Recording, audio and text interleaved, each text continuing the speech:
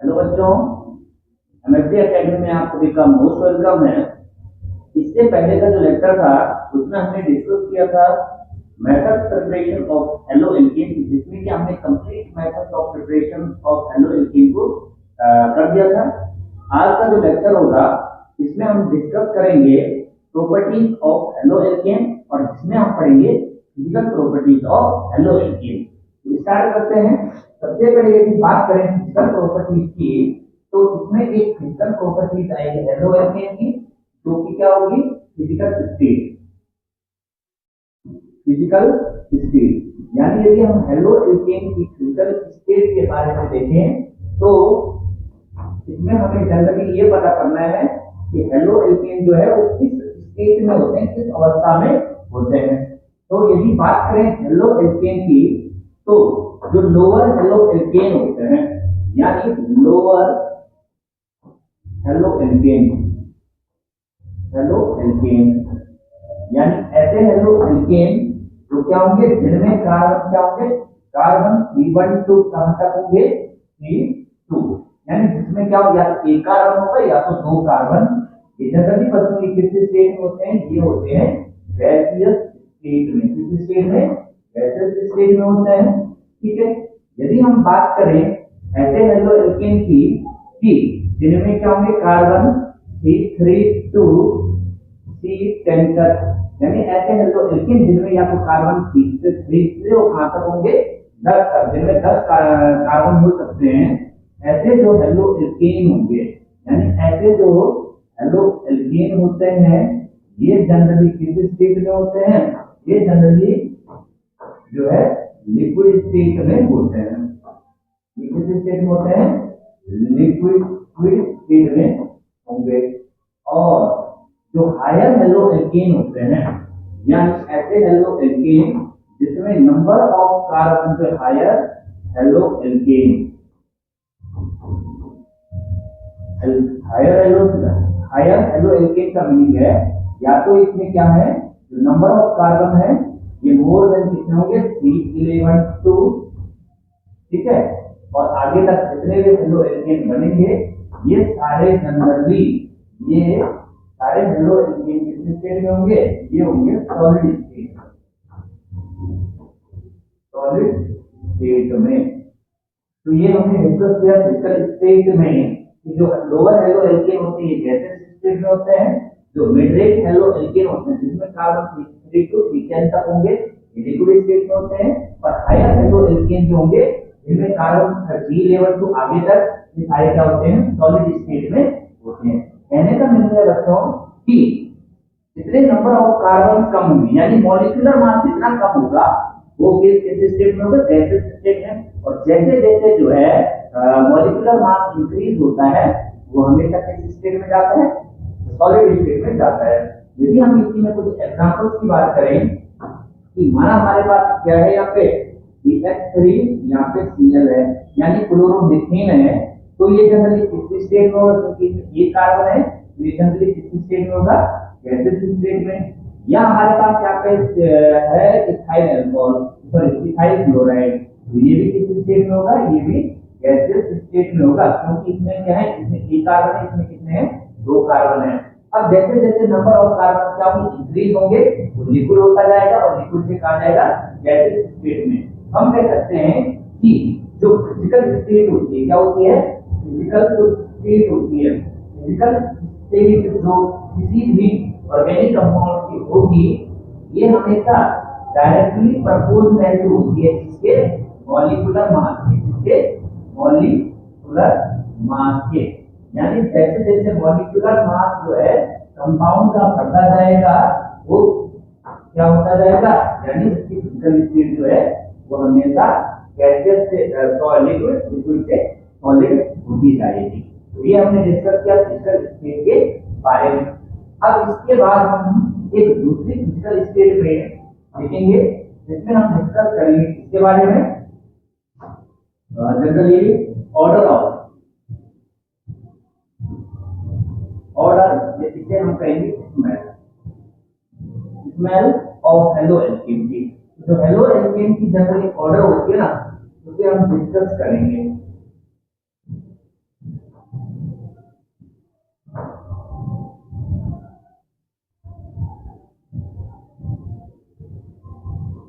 ठीक है। अब हेलो एल्केन की यदि हम ऑर्डर की बात करें तो जितने भी वोलेटाइल जो क्या होंगे, वोलेटाइल जो हेलो एल्केन होते हैं, यानी volatile halo alkane, halo alkane volatile का मीनिंग है बच्चों जो हेलो एल्केन जनरली स्टेट होते हैं गैसेस स्टेट में। वोलेटाइल का मीनिंग है वाष्पशील जो हेलो एल्केन होते हैं, यदि हम इनकी बात करें तो ये जनरली क्या होते हैं, ये जनरली फ्लूइड होते हैं। कैसे होते हैं? फ्लूइड, यानी ये हमेशा कैसे कैसे होते हैं? फ्लूइड होते हैं, ठीक है। यानी मीठी होती है ये गंध जो है, स्मेल जो है जनरली कैसे होती है? मीठी गंध वाली ये होते हैं। लेकिन यदि हम बात करें नॉन वोलेटाइल जो हेलो एल्केन होते हैं, नॉन वोलेटाइल, नॉन वोलेटाइल यानी जो जनरली किस स्टेट में होंगे, या तो गैसियस स्टेट में या तो जनरली सॉलिड स्टेट में, ये हेलो एल्केन जो है ये क्या होते हैं? ये ऑर्डरलेस होते हैं। कैसे होते हैं? ऑर्डरलेस, ऑर्डरलेस होते हैं, ऑर्डरलेस होते हैं, ठीक है। ये क्या होंगे? ऑर्डरलेस होते हैं, ठीक। अच्छा, ऑर्डर की स्पेलिंग थोड़ा क्या करेंगे? ऑर्डर, ठीक है, ये वाले हो गए तो ऑर्डरलेस होते हैं, ठीक है। ये क्या है? इनकी कोई स्मेल नहीं होती है। अच्छा, इसके बाद एक तीसरी जो फिजिकल प्रॉपर्टी होती है, यदि हम बात करें तो ये क्या होगी? कलर से रिलेटेड होगी, यानी कलर ऑफ हेलो एल्केन। इनका जो है कलर की बात करें तो जनरली ये जो कलर होगा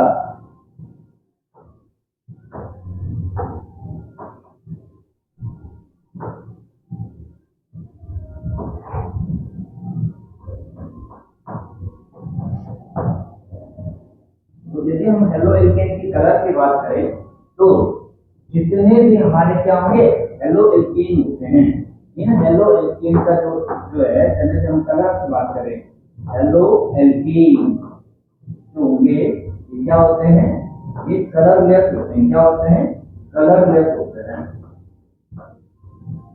कलरलेस होते हैं, ठीक है। यानी जब हेलो एल्केन की बात करें तो ये जनरली कलरलेस होते हैं, लेकिन कुछ हेलो एल्केन है ना, हेलो एल्केन कैसे? Halo alkane, halo alkane having halogen atom,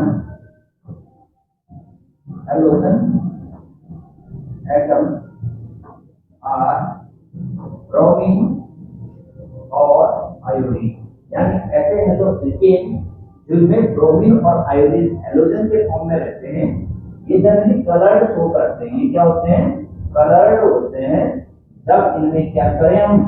light को जब ये एक्सपोज करते हैं, ठीक है, जब इनमें लाइट डाली जाती है, प्रकाश पड़ता है, तो ये जनरली कलर्ड शो करते हैं। हमने कहा अभी दो प्रॉपर्टीज पढ़ी हमने, एक पढ़ी हमने ऑर्डर, स्मेल, दूसरा हमने पढ़ा कलर के बारे में।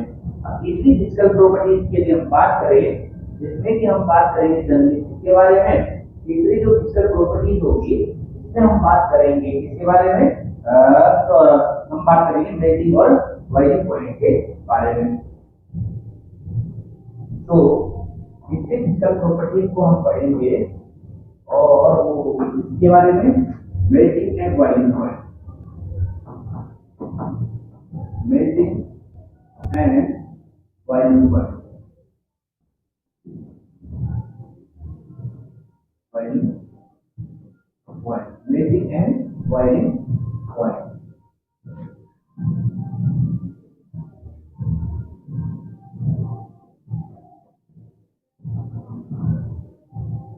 यदि हम मेल्टिंग और बॉइलिंग पॉइंट की बात करें हेलो एल्केन की, तो जो हेलो एल्केन होते हैं ना, इनके जो मेल्टिंग और बॉइलिंग पॉइंट होते हैं वो जनरली इनके पेरेंट से, यानी जो इनके पेरेंट होते हैं उनसे हमेशा क्या होते हैं? अधिक होते हैं। क्योंकि उसका कारण कुछ होगा। तो सबसे पहले हम देखेंगे, यहाँ पे लिखेंगे the melting and boiling point of halo alkane, the melting point and boiling point, boiling point of hello alkane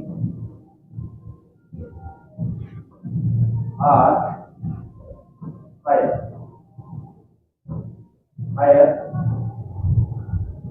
than higher than its parent, ठीक है।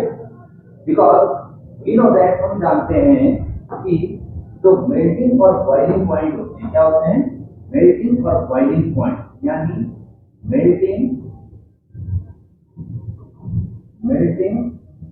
एंड बॉइलिंग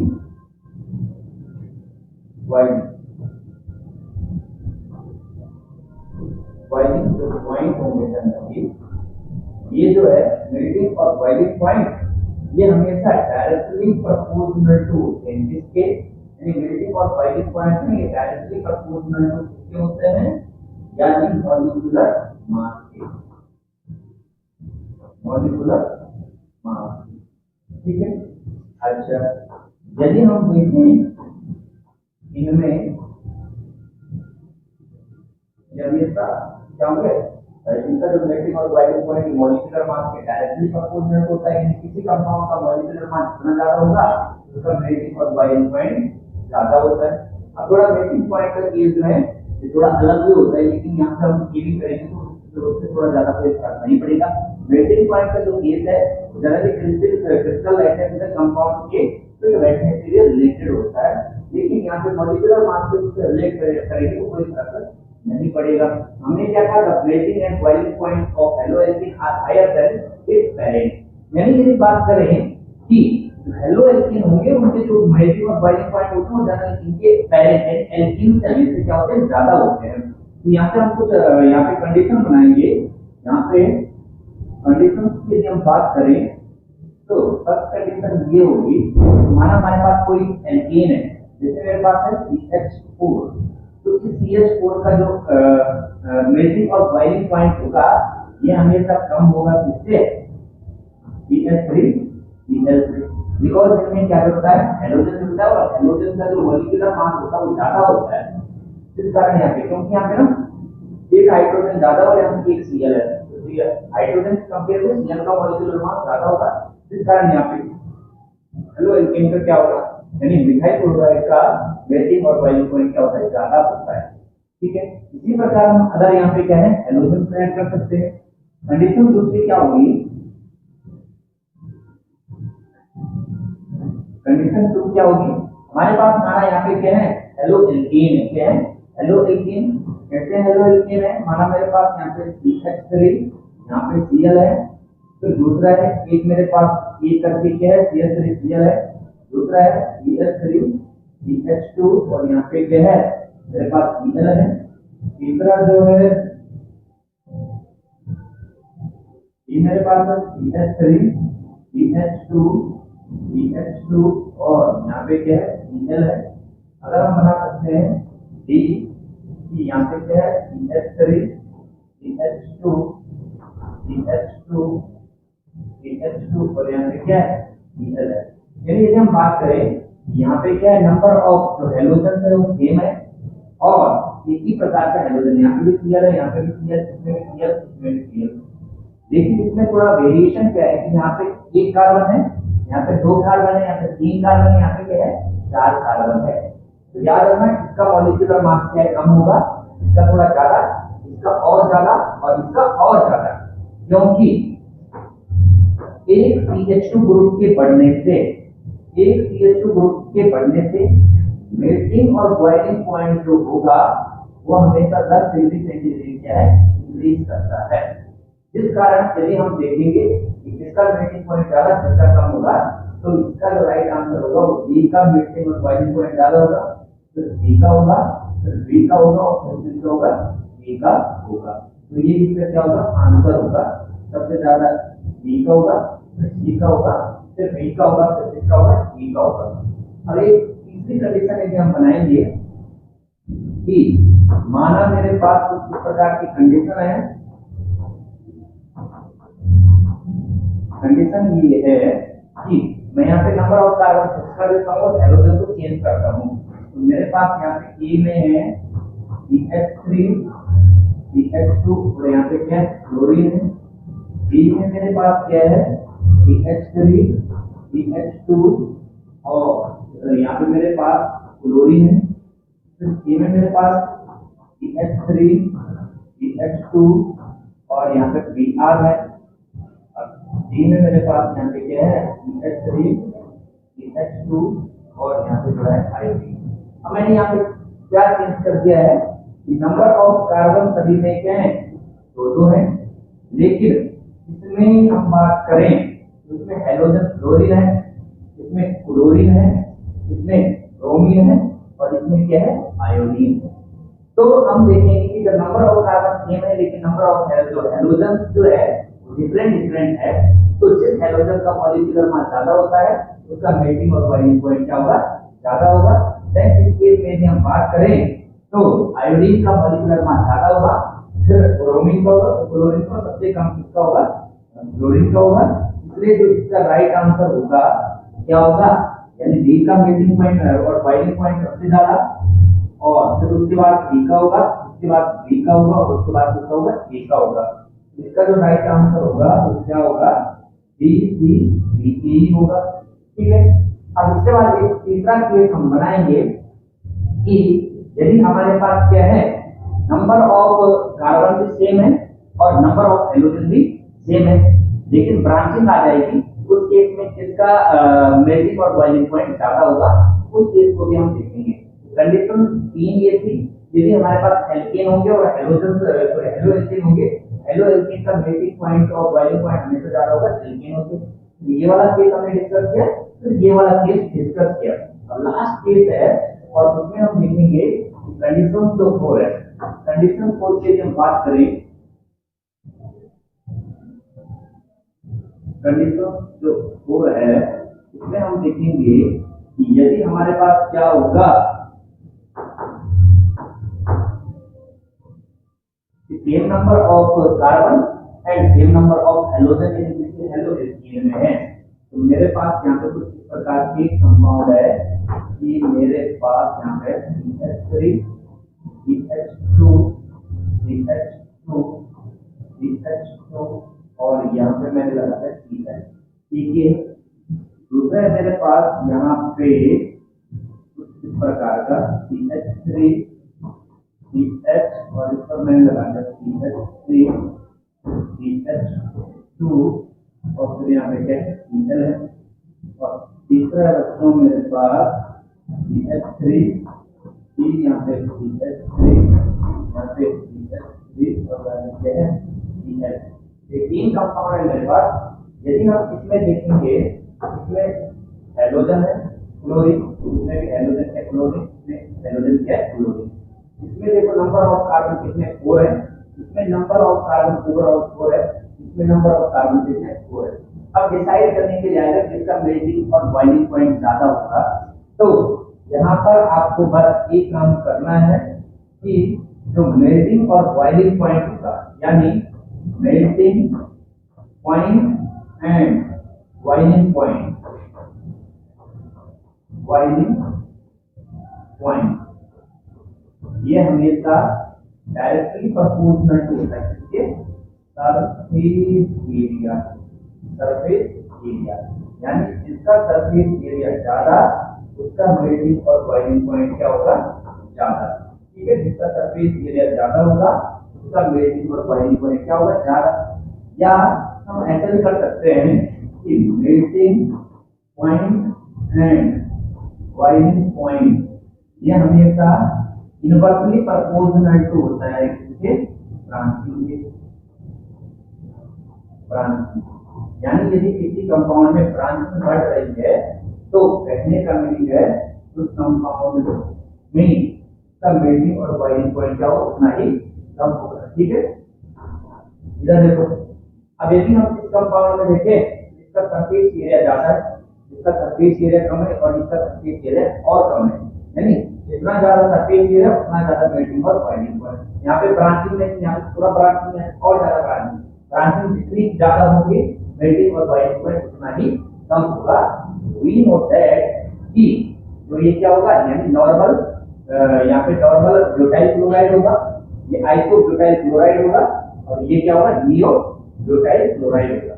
यदि हम बात करें इन हेलो एल्केन की इसमें जो राइट आंसर होगा वो क्या होगा, यानी सबसे ज्यादा जो बॉइलिंग पॉइंट होगा वो ए का होगा, इसका होगा, बी का होगा, इसका होगा, सी का होगा। ये इसमें 3-4 क्वेश्चन मैंने कराए और पेपर में पूछे जाते हैं किसका मेल्टिंग पॉइंट ज्यादा है, किसका कम है। अब इसके बाद एक लास्ट जो है प्रॉपर्टी बढ़ती है और उसके में हम बात करेंगे सॉल्युबिलिटी की।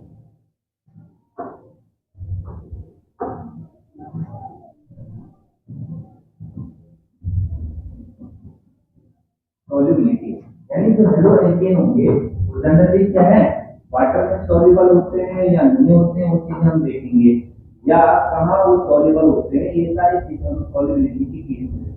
अब सॉल्युबिलिटी जनरली होती क्या है, हम हेलो एल्केन की सॉल्युबिलिटी पढ़ रहे हैं तो कहने का मतलब हेलो एल्केन जो है वो सॉल्युबल है, वाटर में सॉल्युबल है या नहीं है, ठीक है। तो जनरली यदि हम सॉल्युबिलिटी को देखते हैं तो हमारे मन में एक बात आती है, केमिस्ट्री में हमने कई बार पढ़ा होगा कि जो पोलर कंपाउंड होते हैं क्या होते हैं, पोलर कंपाउंड जो होते हैं ये हमेशा क्या होंगे, पोलर कंपाउंड जो है ये सॉल्युबल होते हैं। किसमें, पोलर कंपाउंड जो है ये हमेशा सॉल्युबल होते हैं, यानी polar compound are soluble in, यानी ये सॉल्युबल किसमें होते हैं, हमेशा पोलर में, है ना।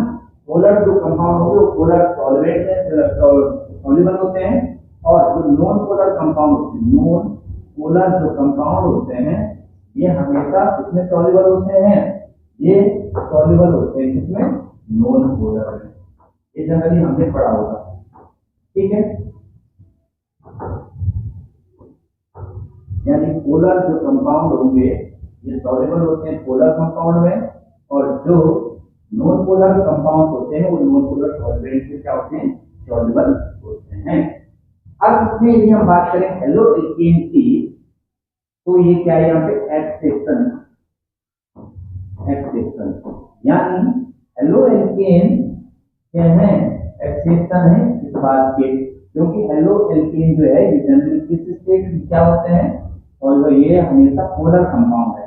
हेलो एल्केन पोलर कंपाउंड होने के बावजूद भी ये जनरली जो है वाटर इनसॉल्युबल होते हैं।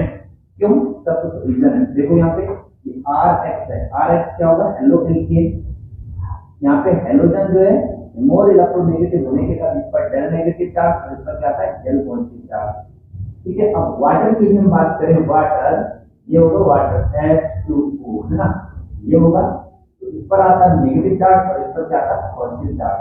होना क्या चाहेगा, हेलो एल्केन जो है वाटर में क्या होना चाहेगा, सॉल्युबल होना चाहिए था, लेकिन ये जो है वाटर में क्या होता है, इनसॉल्युबल होता है, क्या होता है, इनसॉल्युबल, यानी ये वाटर में सॉल्युबल नहीं होता है।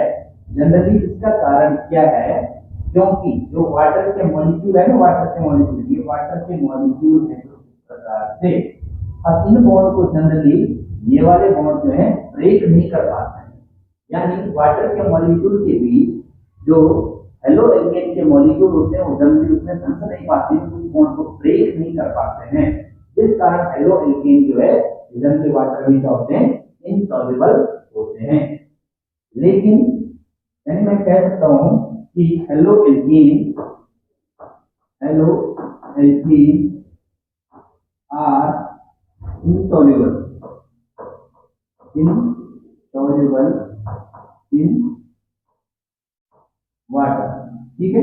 क्यों, बिकॉज ये क्या करते हैं, वाटर के मॉलिक्यूल के जो बॉन्ड होते हैं उनको ब्रेक नहीं कर पाते हैं, ठीक है ना।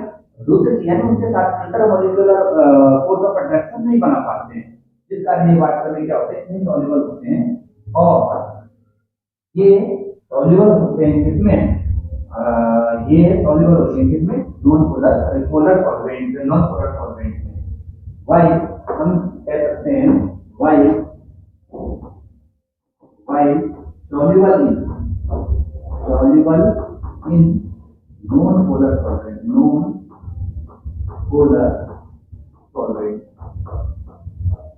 solvent such as C6 acid benzene और CCl4, इनके साथ ही क्या होते हैं, soluble होते हैं। ये थी आज की वीडियो जिसमें हमने डिस्कस किया प्रॉपर्टीज ऑफ हेलो एल्केन, और उसमें हमने पढ़ा physical properties of halo alkane, जिसमें हमने फिजिकल स्टेट पढ़ा था ऑर्डर रिएक्शन पढ़ी थी, कलर पढ़ा था, सॉल्युबिलिटी पढ़ी थी और मेल्टिंग और बॉइलिंग पॉइंट पढ़ा था। तो आज की जो है वीडियो जो है इसमें हम इतनी सारी चीजें डिस्कस की और कभी कभी जो है कई बार जो पेपर में पूछ लेता है। और इसके बाद की जो वीडियो होगी उसमें हम डिस्कस करेंगे केमिकल प्रॉपर्टीज ऑफ हेलो